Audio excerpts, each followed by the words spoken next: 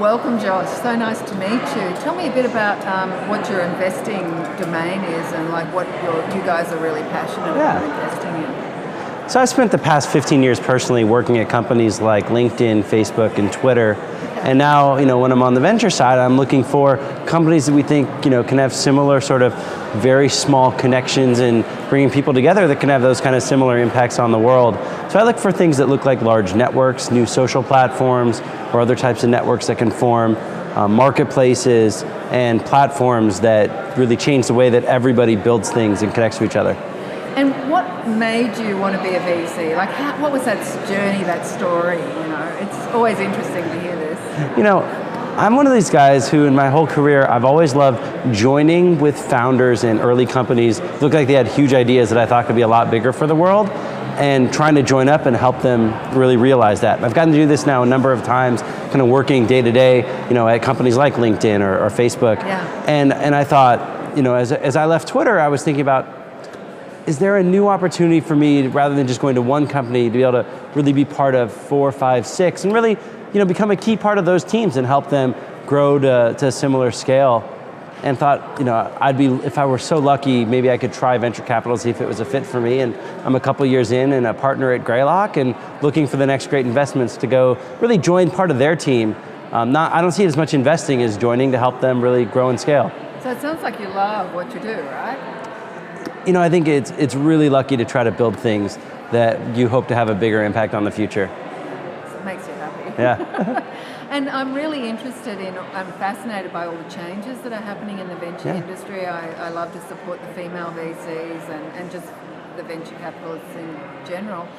But obviously there's huge changes going on. One, because of the Jobs Act with the crowdfunding bill. And also the other piece, I came from Europe originally, so I'm seeing now that, oh my God, there's venture firms all over the world, even in dear old Aussie where I came from originally. It's like amazing. In a couple of years, this just seems to be booming all over the world. Obviously, they'll never match Silicon Valley because of the number of years that culture's built up. But it's really exciting to me because what it means to me is that more startups will be funded and there's more education about the whole investing process. And obviously that's not just all the changes that are happening, the lack of exits and the IPs. I wonder what your views are on all that whole perspective. Like, is it positive, all the changes that the venture industry is going through? I think we're in this amazing period right now where it's cheaper and easier to get a company started and going and figuring out if an idea will work and figure out if users and customers will be attracted to something new. It's actually easier and cheaper than ever before. 15 years ago, if you wanted to start a new website, you'd have actually buy like millions of dollars worth of hardware just to have servers running to like run your own domain. Yeah. So I think we're at this great age of experimentation, and like we're here at a wearables conference, and the experimentation that's starting to happen in hardware is almost starting to catch up to what you can do in software. So it's incredible. So this has changed the financing structure. There are people who will fund these simple ideas and experiments to get them off the ground. It's faster and it's easier to find money in a whole bunch of different vehicles or from different people than ever before. But I think what people got to remember is building companies still take time. Still takes years and years and years of hard work, years of hiring people and building your first customer base.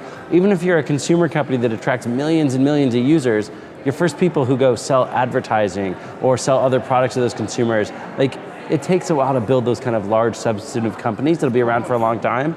And so I think the business of venture capital as people who pool money who are able to then go invest in other companies to help them get that scale isn't really changing after sort of, to really help build companies for the long, long haul. Okay. Even though I think, at this very early stage of experimenting and getting ideas off the ground, we're seeing radical shifts. That's at least my hope, but we'll see. I'm brand new to venture capital, so the more years I spend in it, I may have a very different opinion.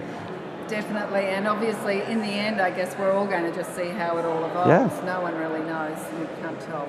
Yeah.